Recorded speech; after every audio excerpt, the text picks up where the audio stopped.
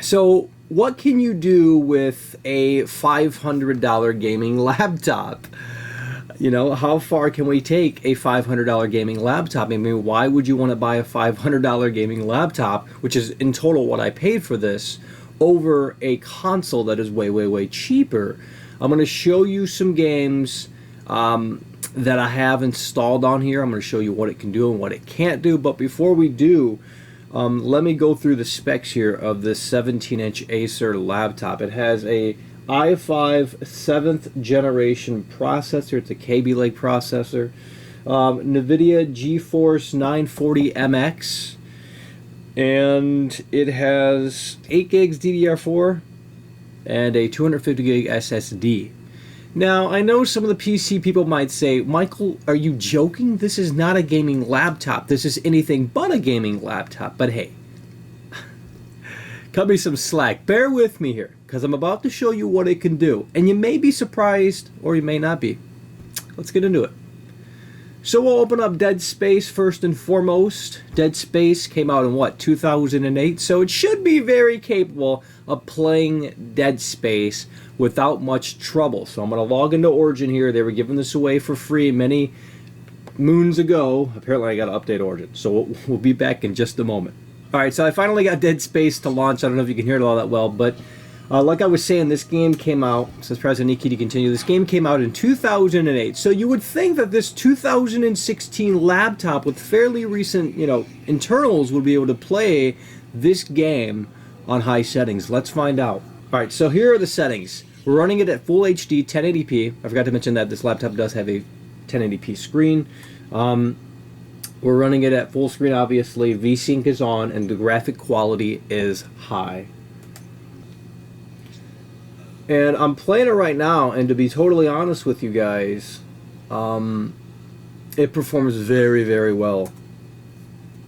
So now we're going to take a look at Mafia 2, which is a little bit more recent than Dead Space. Mafia 2 came out in 2010, and I'm using a controller this time around because it's just a hell of a lot more easier to play PC games with the controller. It kind of feels like you're playing, on a console.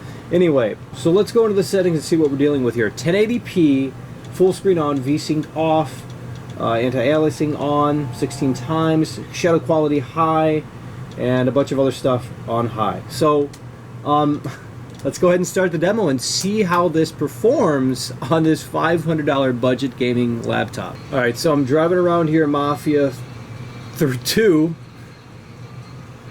I'm driving around here in Mafia 2 in the Mafia 2 demo, and what I'm noticing is that sometimes it kind of stutters here and there for like a split second, but overall I'd say it's fairly solid in terms of performance. And obviously you can get better performance by, well, not only plugging the laptop in, because we're not plugged in right now, we're running off the battery, but also, taking the resolution down a little bit. Let's go ahead and blow up this gas station here and see what happens in terms of performance.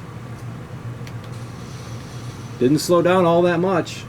Pretty cool. So Mafia 2, not many problems. Very, very solid looking game, holds up well, and I'm excited to see that Mafia 2 runs on this $500 laptop, So next up, let's try the Evil Within, which is a fairly more recent game than what I've been showing off. Came out in what, 2014? I remember reviewing that game. And let's go ahead and start the Evil Within. And we are running not at 1080p. I had to drop this one down to 1366 by 768 because 1080p apparently was just too much for this to handle. The frame rate was all over the place. The maximum frame rate I've set at 30. I don't know if that's what it should be set at. Anti-aliasing, SMAA, which I don't really know what that means. Shadow quality is on high. Motion blur I have disabled, but I'm pretty sure I can enable that. In fact, let's go ahead and do that now. Everything else is enabled. So the only thing that I've really had to lower down was the resolution. And I'll go ahead and apply those settings. And let's start the Evil Within. Alright, so here we are in the Evil Within, and I don't know if this demo has been updated in terms of performance, because I remember when the Evil Within first launched, I remember a lot of PC gamers complaining about how it, you know, it just had terrible performance all across the board, even with really, really high-end machines. So it was basically a poorly optimized PC port, and I don't know if this demo has been updated to fix some of those performance issues. Just keep that in mind as we're playing this here, the Evil Within demo. Alright, so this is the beginning of the game, and I'm just moving the camera around a little bit. It's not 60, obviously, but, you know, I don't think you would want to run this game at 60. You know what I mean? It's going for like a cinematic experience. But yeah, completely, totally playable. Completely, totally playable. And if we do disable a few settings, we can get more out of it. But what's really interesting about this PC port is if I go ahead and press the insert key, it'll pop up a console debug dialog box, which is not supposed to be here in this at all. And what you can do here in this dialog box is, well, you can do a lot of things. First of all, you can turn God mode on. So you type in God, press enter, God mode is on. You will never ever die here in the Evil Within on the PC version if you open up this console demand, not demand, but console debug dialog box, which was, I don't know why they forgot to take this out. But anyway, you can do other things like you can toggle debug camera, and this will allow you to take the camera anywhere.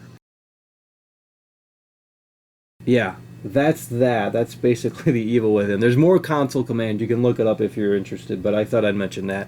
But overall performance pretty solid. I mean, again, you have to keep in mind that this wasn't the best PC port in the world. It wasn't completely totally optimized, because everyone, you know, especially at launch, people were complaining.